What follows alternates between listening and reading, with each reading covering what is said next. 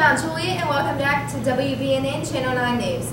Today is December 8th, National Brownie Day. I'm Ashley. And I'm Brianna. Here are today's announcements. Club Picture Day is Tuesday, December 9th at the beginning of third period. ACT prep information is in the guidance office. If you're taking the ACT in the near future, you can come to C108 every Wednesday and Thursday from 3:15 to 4:15 for free ACT tips and tricks. Japanese Culture Club and German Club will not meet on exam week. Now for your sports news. Hey MJ, I'm Malia. And I'm Cade, and we're here to do sports news. Tonight for Monday Night Football, the Green Bay Packers will be hosting the Atlanta Falcons. Atlanta is now 5-7, and Green Bay is now 9-3. The game starts at 7:30 on ESPN. Be sure to tune in. Friday night, Lebanon came to our home and played against our Bears. Our girls won, but our boys unfortunately lost. But tomorrow, there's another home game. We play Gallatin. The game starts at 6:30 for the girls, and the boys will start right after. And a big great job to our wrestling team for winning their tournament and coming in third place this weekend. Our wrestlers are now 8-4. Awesome job, guys. I'm Malia. And I'm Cade. And that was your sports news. Have a great day, MJ. Here's your weather. Hey MJ, I'm McKenna here with your 5-day weather forecast. Today there is a high of 55 and a low of 37. Tomorrow there is a high of 41 and a low of 33 with a 20% chance of rain. Wednesday there is a high of 42 and a low of 28 with a 10% chance of rain. Thursday there is a high of 47 and a low of 27. And finally on Friday there will be a high of 49 and a low of 30. In national weather, winter storm watches and warnings have been issued for portions of 6 northeast states in anticipation of a slow-moving coastal storm expected to develop this week. So far in December, winter has eased off the gas pedal. In contrast to a persistently cold and snowy November in the Midwest and Northeast. Despite that, atmospheric ingredients will combine to spawn a coastal storm bringing a variety of wind-driven, heavy rain, and wet snow to parts of the Northeast starting Tuesday.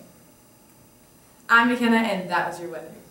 Attention freshmen, during your lunch, please sign the diploma located in the back of the cafeteria. You will need your ID before you sign. Coming home voting will be this Wednesday during lunch. Students must present an ID to vote. According to CNN, NASA's new Orion spacecraft lifted off from Florida's Cape Canaveral on schedule Friday morning. This was an uncrewed test flight that begins what the space agency hopes is a new era of manned space exploration. 8 minutes into the flight, Delta Force upper stage was carrying Orion to its preliminary orbit, traveling around 14,000 miles per hour. Orion will orbit Earth once at relatively low altitude before heading much higher, 3,600 miles above the planet, or 15 times higher than the International Space Station for the second orbit.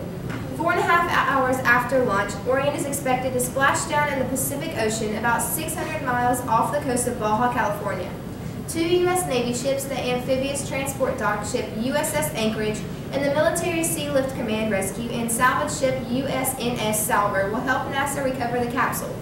NASA hopes Orion will usher in a new era, eventual human exploration of asteroids and Mars. In happier news, CNN writes that 2 brothers in Wisconsin call 911 in hopes of finding Santa Claus. Brothers Brody and Blake simply wanted to tell Santa what they wanted for Christmas when they dialed 911 and hung up. The dispatcher called back and talked to Mother Jennifer, who had no idea what her sons had done. An officer was sent to their home because of policy. The chief explains to the boys how serious it is to call when unnecessary. Mayville Police Department Chief McNeil states, "I've never gotten a call about Santa Claus, and the unfortunate thing is that the North Pole is out of our jurisdiction." The officer told the boys how to contact Santa. You have to talk to him in person.